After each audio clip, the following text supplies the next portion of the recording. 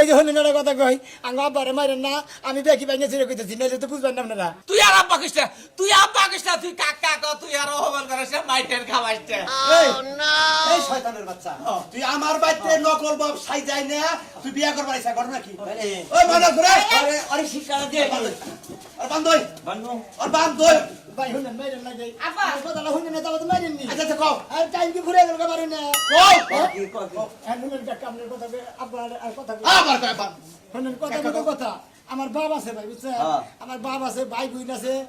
বেকি আছে আমার বোনগুনা মানে বুইরা বুইরা গেছে থেকে বিয়া দিতেছে না আমি বাইতে এলাম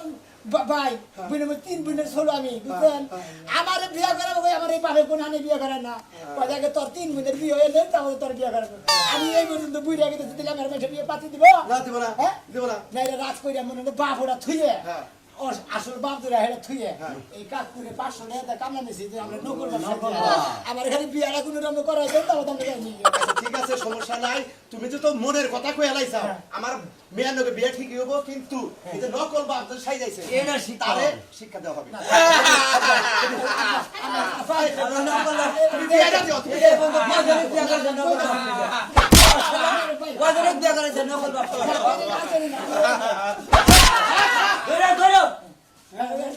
আরে এই রকম মানুষ তুমি তোমার নিজের বাবা না আসল বাপের নাম্বার দাও আসল বাপের নাম্বার দাও আব্বা আসল বাপের নাম্বার দাও হুন আব্বা কি কর আর রাখ কি এটা বিয়ে বলে ভাই